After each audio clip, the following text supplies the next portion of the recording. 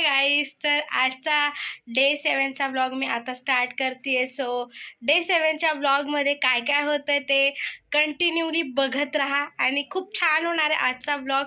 तर आज आहे माझ्या मम्मी आणि पप्पाची ॲनिव्हर्सरी, तर आम्ही कुठे कुठे जातो नक्की बघत राहा. बाय. माझ्या भावाने गाडी वगैरे काढली आणि आम्ही सगळ्यात आधी गेलो मस्तपैकी दुकानावर, चहा वगैरे पिला दुकानावर आणि आम्ही निघालो ढाब्यावर जायला. तर ढाब्यावर आम्ही गाडीवरच गेलो. तर डिरेक्टली माझा भाऊ इतकी फास्ट गाडी चालवत होता, तर आम्ही त्याची मजा घेत होतो. म्हटलं पोलिसांनी पकडायला पाहिजे होतं.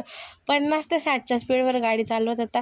पोलिसांनी जरी पकडलं असतं तर आम्ही त्यालाच टाकून आलो असतो आणि आम्ही येऊन गेलो असतो घरी. तर आम्ही आता पोचलो मस्तपैकी सर्वांना ढाब्याला. तर पापड वगैरे ऑर्डर केलं आणि माझ्या भावाचं लक्ष कुठं होतं काय माहिती, काकांच्या मुलाचं. तर पापड वगैरे खात होता आणि दुसरीकडेच लक्ष होतं. तर आम्ही ऑर्डर केली मलाई कोफ्ता आणि पनीरची भाजी. तर दूध शेवभाजी पण होती. बघू शकता माझ्या काकांचा मुलगा आणि माझा भाऊ.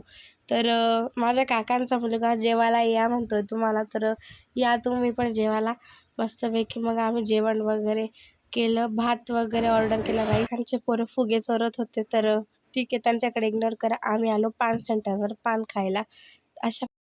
अशा पद्धतीने आजचा माझा डे 7चा ब्लॉग होता. तर ब्लॉग कसा वाटला कमेंटमध्ये नक्की सांगा. आणि तर खरं तर आज माझ्या मम्मी पप्पांची ॲनिव्हर्सरी होती. तर मम्मी पप्पा तर काही तुम्हाला ब्लॉगमध्ये दिसले नसतील, कारण मम्मी पप्पा आहेत पुण्याला.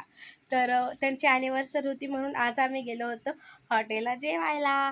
तर खरंच खूप छान पोट भरलेलं आहे आमचं. आज जेवण वगैरे खूप झालेलं आहे आणि मस्तपैकी आम्ही हॉटेलमधून आलो घरी. आता झोपतो. आता वाजलेले आहेत रात्रीचे डायरेक्ट 11:30.